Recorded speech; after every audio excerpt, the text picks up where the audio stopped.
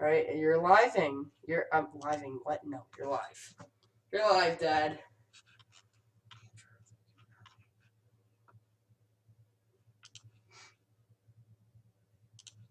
Hold on. Nobody is. Hold on. Cancel. All right, let's see. All right, now you're live. All right. All right. Yeah. Is this delayed? Yes, it is delayed. Oh, okay. All right, you're now live. Oh my god, my face looks like crazy. Yeah. Okay. So, right now no one's watching, but here is the chat room. Correct. Okay. Okay, this is the chat right now, and yeah, good luck. Thank you. No one's. Yeah. Just try getting people here.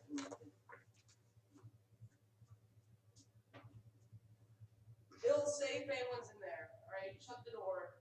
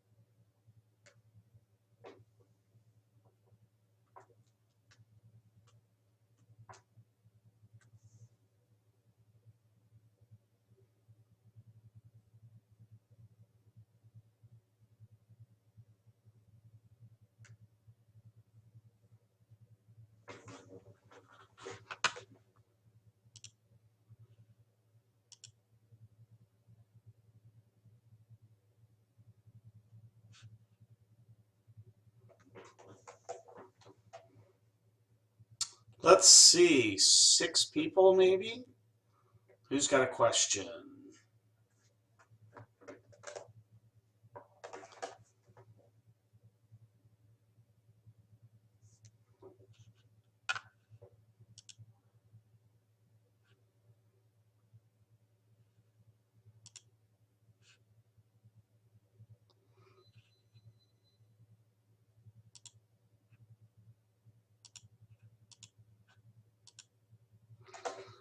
Let's see. So the Ravens won today, and the Redskins lost, so that's good.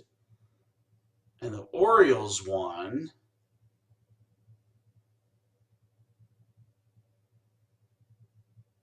Now we've got 13 people watching the live chat, and no questions yet.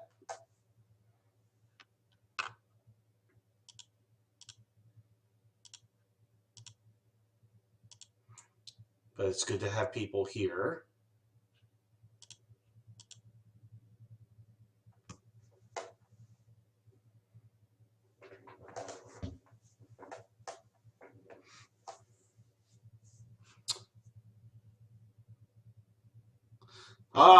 So our first question, and how do you know when it's OOO or IOU?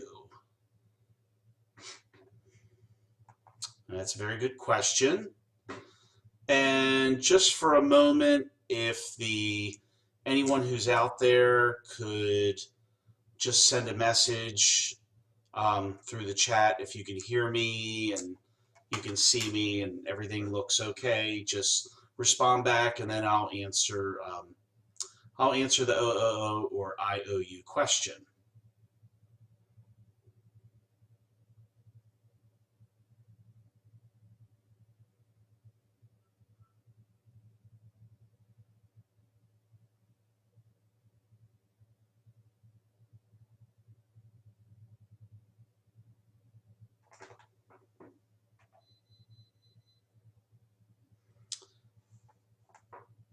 Okay, excellent. So, yes, we've got, let me see. I think that next person who signed up, there's, I know who that is, Ola. And the person who just said yeah, I think that's David from period 1.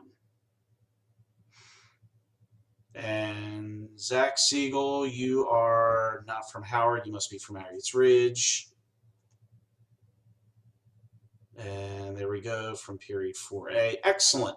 So the question is, how do you know when it's OOO or IOU? So anytime that we have a comparative advantage problem, obviously the most important thing is to figure out, is it an input or an output question? So if it's an output question, you want to think about how much can someone produce, or how much can a country produce? So the example that we can give is period 1 can produce 100 sushi rolls in an hour. Period 4 can produce 50 sushi rolls in an hour, and that would be period 4A, because their knife skills are not that good. And period 4B can produce 200 sushi rolls in an hour. Those are all output problems. And you know that because number one, they're making something, and the time is fixed. So it's all an hour. And some of the problems that we went over earlier in the week, at least at Howard, like that one example with, I guess it was Hannah and Sarah with perms and haircuts. So if they can produce it in like 4 haircuts per day or 3 perms per day, then the time is fixed. So that's an output problem.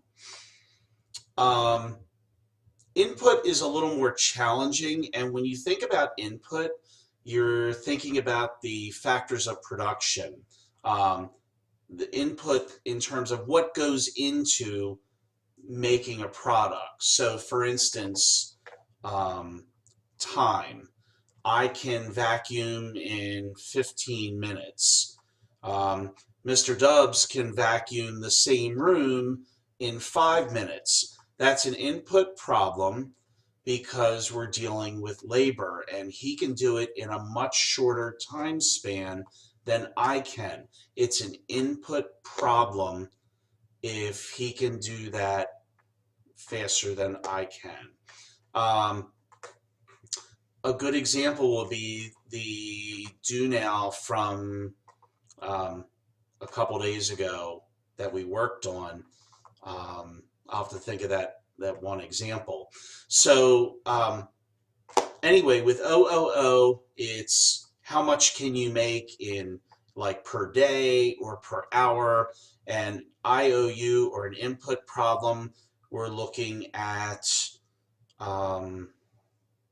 so for example, time, like we just said, land, like for example, how many acres to make like bushels of apples. Trying to think of a couple other examples. So we talked about time. We talked about labor. We talked about land. Those are all the factors of production. So things that go into making a product. That's going to be a problem. So that's a scoop. That's a scoop. And if you don't, if you decide if you think it's an output problem, and you use the IOU method, well, you're going to get all messed up. So hopefully, Zach, does that answer your question?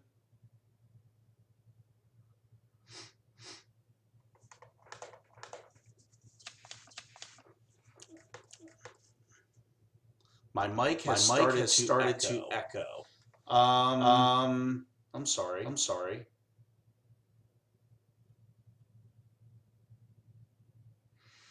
Guess I better pad the walls in here.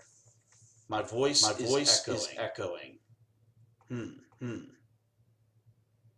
Probably because of the room that I'm in. If you guys would all contribute like $50, I could buy some equipment. That would be great. I would appreciate it very much. So just write me a check, or I'll set up a GoFundMe. That'd be great as well. Oh, thanks, David, for the comment. Don't make fun of me. Next question comes from Bella. And period one. My voice is echoing. Echo. If my son comes down, I think it's the room. I definitely think it's the room. If my son comes down, he set everything up for me. And if he comes down, I'll see what he can do. But right now, I think he's being a nerd somewhere else. So anyway, Bella's question is about terms of trade. And there's a really good explanation. My classes know. I gave them the example of there was a problem from the 2003 macro exam, and the problem was dealing with two countries who traded with each other. I think it was tractors and cars, maybe. And the two countries were Xanadu and Atlantis. So you have to think with terms of trade. And Bella, I don't know if this will totally answer your question. But the question you want to ask is, are people better off with specialization and trade than without trade? So I don't have the problem in front of me. I wish I did. There is, and I probably could lead you to that example. But there is a I'll put this in the chat. There is another economics teacher that explains that problem in terms of trade, and he does it in about 3 or 4 minutes. So it's probably that would be pretty good. So if you type in terms of trade video, you'll get a guy. I think his last name is Richmond, Jonathan Richmond, and he explains that problem in trade really well. You're basically looking at do country. Could I restart my mic? That's a good question. Let me take a look. Can I restart my mic? I don't know.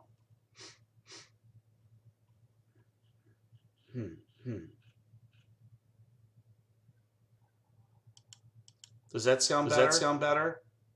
Is that any better? Do you have foam on the mic? No, I don't.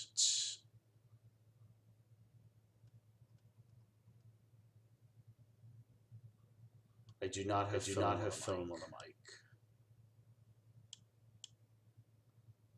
No, it's not.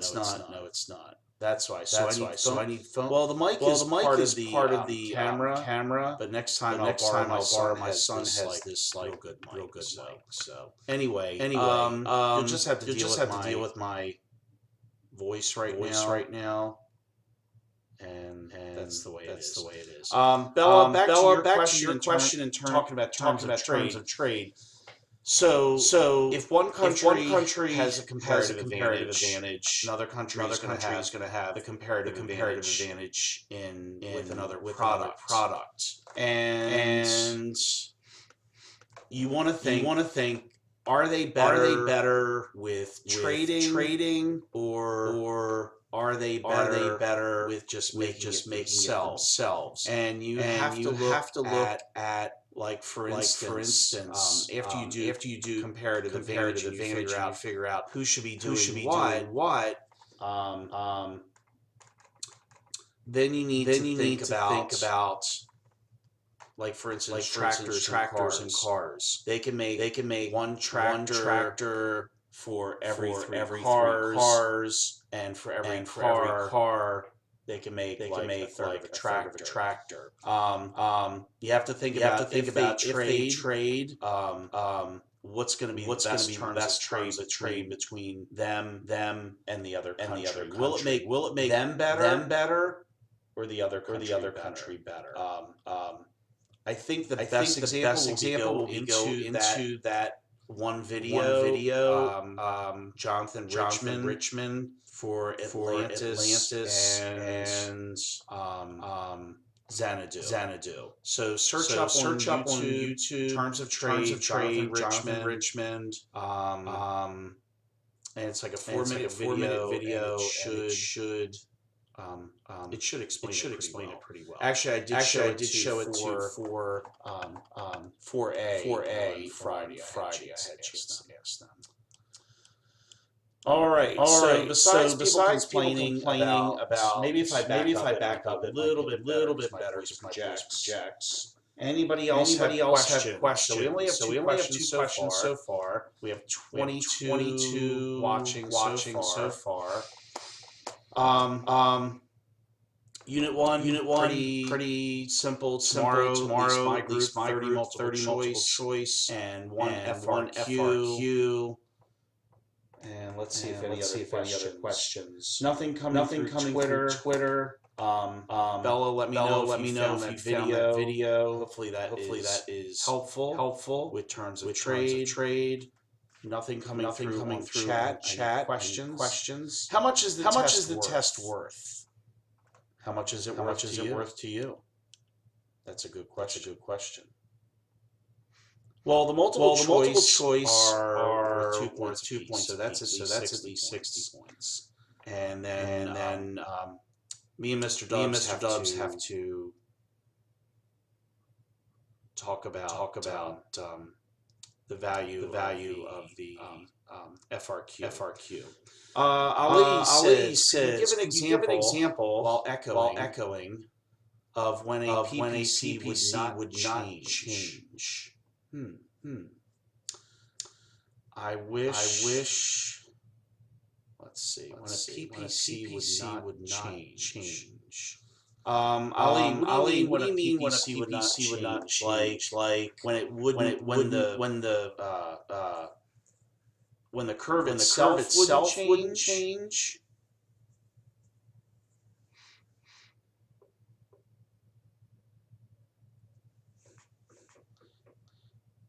Are you talking about like if demand changes, then if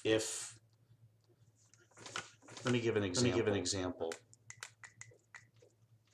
And I think if we talk about pizza and robots. Oh, okay. So that's what he's talking about. So if we have robots. And we have pizza. And let's say that here we go.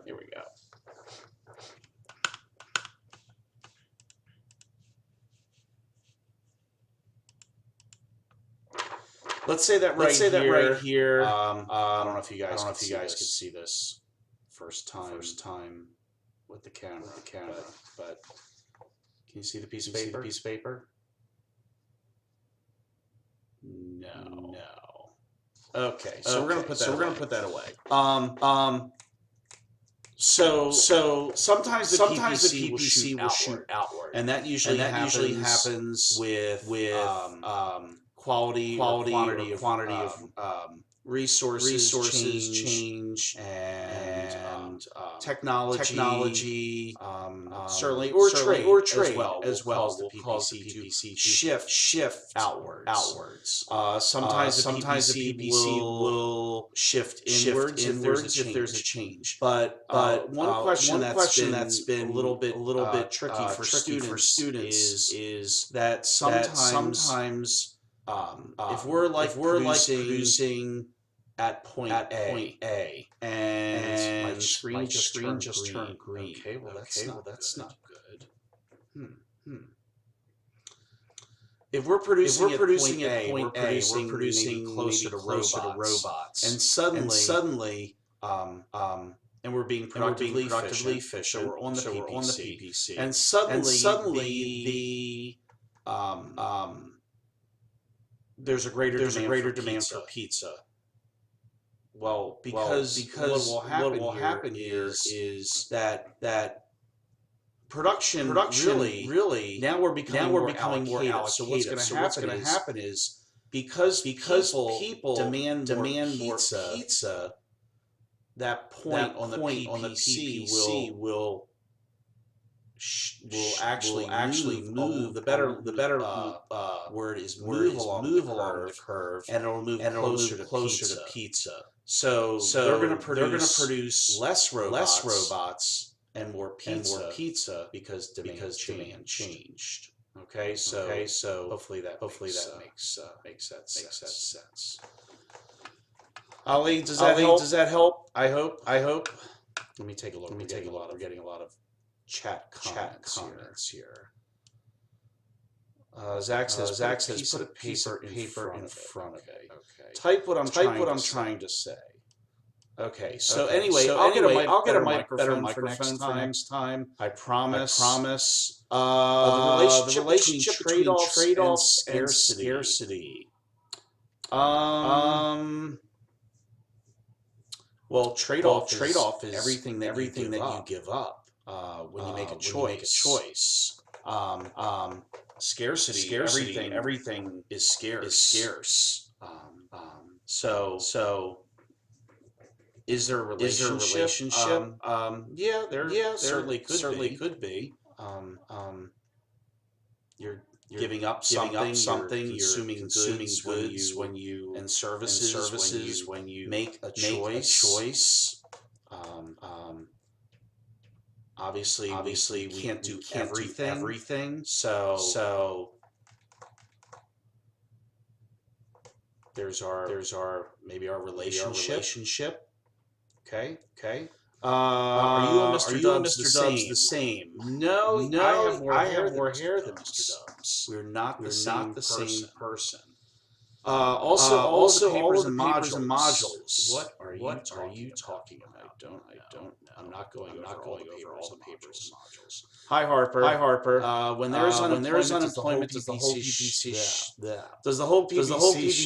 shift down? Or is it just a point under the curve? It is a point when there's unemployment. In macro, when we get to macro, that point inside the curve represents a recession. Just to let you know. And Zach says if unemployment went up, but the specific business,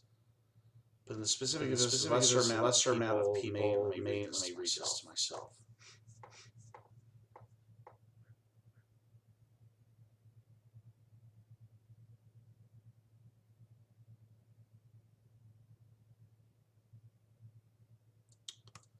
Okay, I need to digest Zach's question here. If unemployment goes up, well, if unemployment goes up, then that that's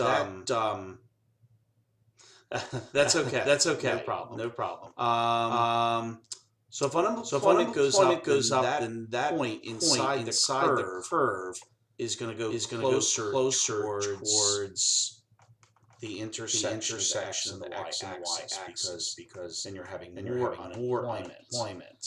But in the specific business, the lesser amount of people made business more efficient.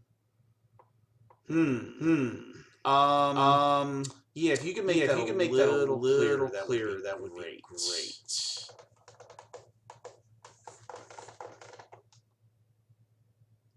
Let me see if there are any questions. Orchid, that was a picture that you had tweeted out.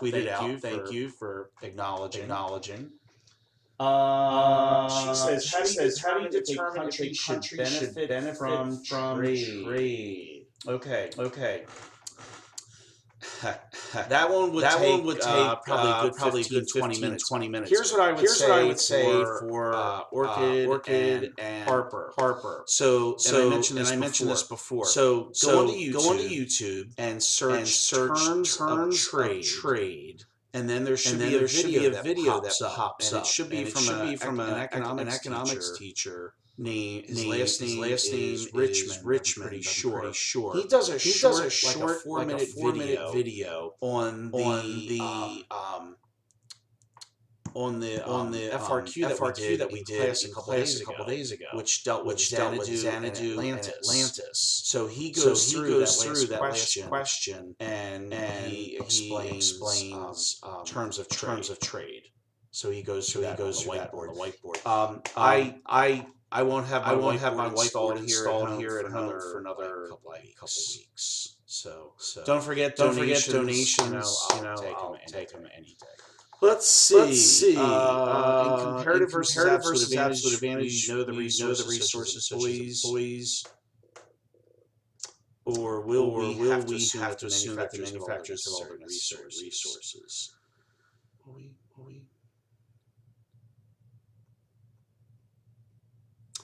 I guess so. I guess if you're figuring out versus absolute advantage, they're always going to tell you like there are three workers, or there are five workers. I'm not going to throw you like a crazy problem that's going to just confuse you. Just let you know.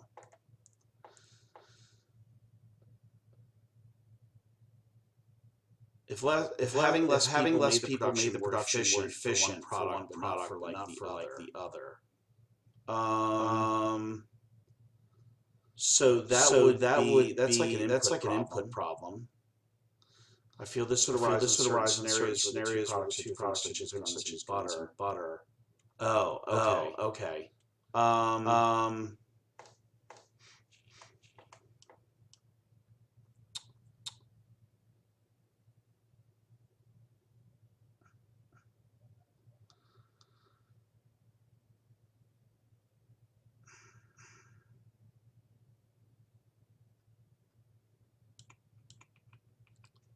So Zach, you're talking about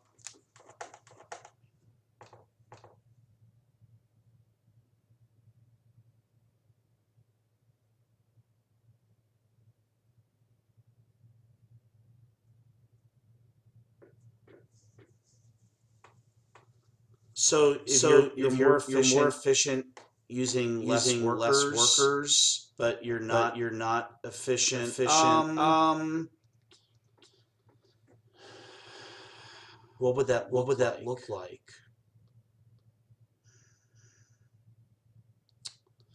I think you're either efficient or you're inefficient. So like, and that's just the PPC model, the way it's constructed. And if you're on the PPC, I guess you could very close to being efficient, and maybe have a little bit of unemployment. That's the best that I figure that out. What's the difference between constant opportunity cost and increasing opportunity cost? Constant. Think about pizza and calzones. So that the slope of that curve would be a 1, because what happens here when you make one pizza, you're giving up one calzone. You use the same resources, use the same cheese, the same dough, the same sauce, the same ovens, the same workers. So you're not giving up. The opportunity cost isn't increasing by producing one thing and then you're giving up more of something else. All right, time out. I have a visitor. Hold on 1 second. Hello. Come on in. Come on in. All right. So increasing opportunity costs. Sorry, I have a visitor here. Come here, boy. Come here, boy. Come here. Oh, he doesn't want to come over. All right. So increasing opportunity costs, that's going to be a bowed or a concave, a bowed out or a concave curve. And what happens is it's bowed out because when you decide to produce one thing, you're giving up more of something else. So that's why it's bowed out. Okay.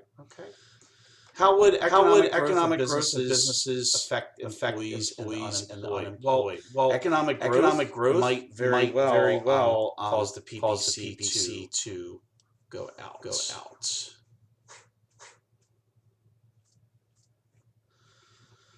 Let's see.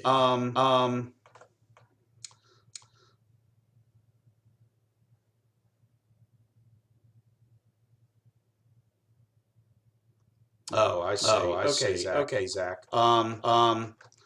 Right. Well, if it's higher than the PPC, that's really unattainable until we get some technology. Better technology.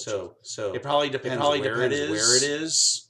That's just the way the model is set up. Let me see. No more questions there.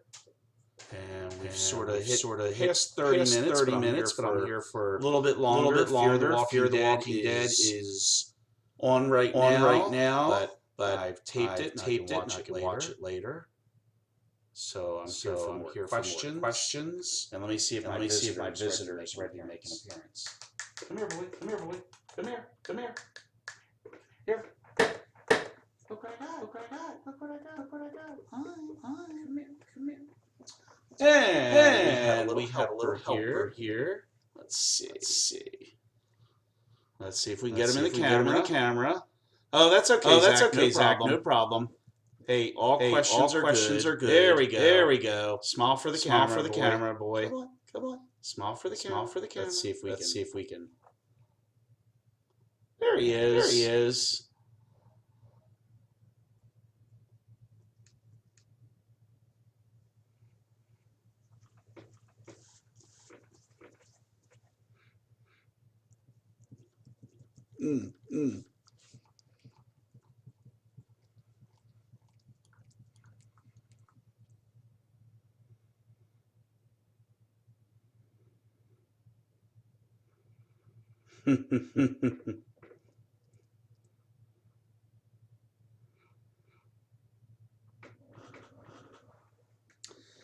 All right. Are there any other questions? Naveed, were you able to take that vocab? Oh, thanks a lot, Emily. I know what Emily's grade's going to be for the year.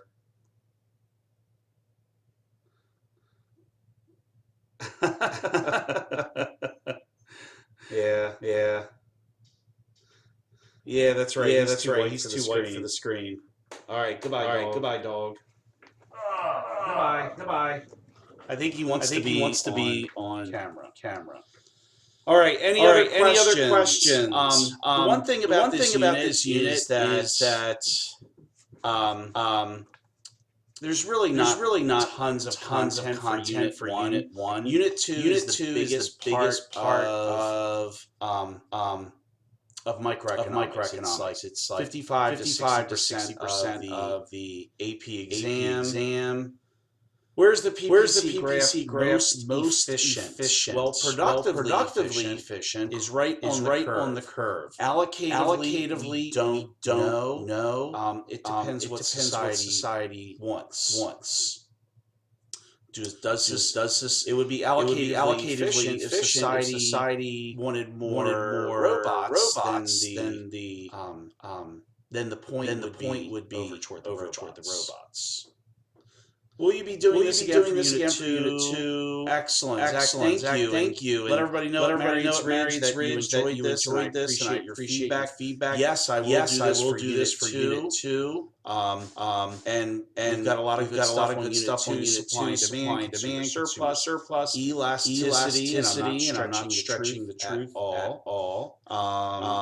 Production and costs and things like that definitely gets more challenging and more difficult. And I hope to get Dubs in here too if we can fit his head in the screen. But don't tell him I said that. Please. Definitely don't. And if there are no other questions. Orchid, did that answer your question? Where's a PPC graph most efficient? Right there on the curve. Productively efficient. Yeah. I'll get him over here one day. We live pretty close to each other, so we'll definitely do this. And I'll have a better microphone. I promise. You're welcome. Orchid, do you watch Fear the Walking Dead also? You're welcome, Harper. Thanks for coming on.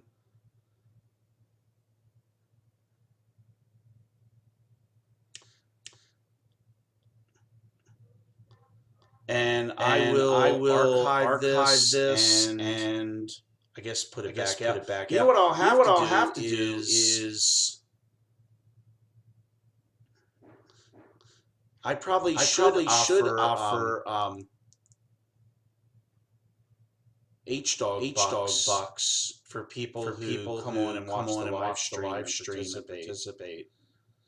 Just buy a piece of foam. Probably right. So I'll tell my son that that's the issue and all that stuff. So yes, I will.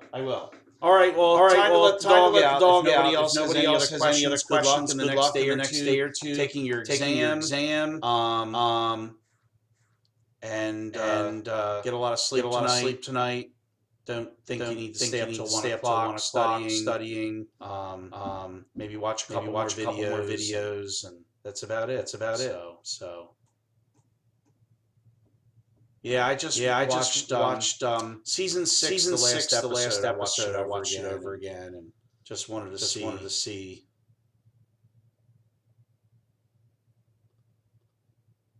Negan come out and yeah. Is tomorrow an A day or a B day? I believe it's a B day.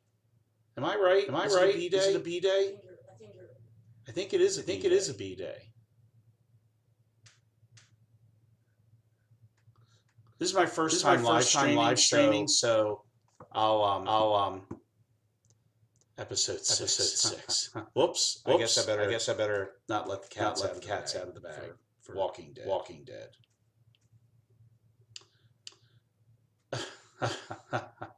It's a B day. But it doesn't matter for period one because they've got the test anyway.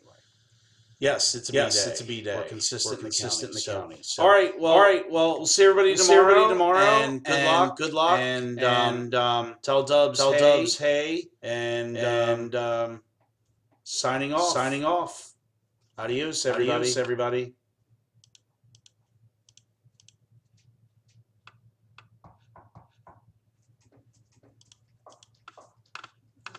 it good? Do you turn OBS off? Dad, you need to turn OBS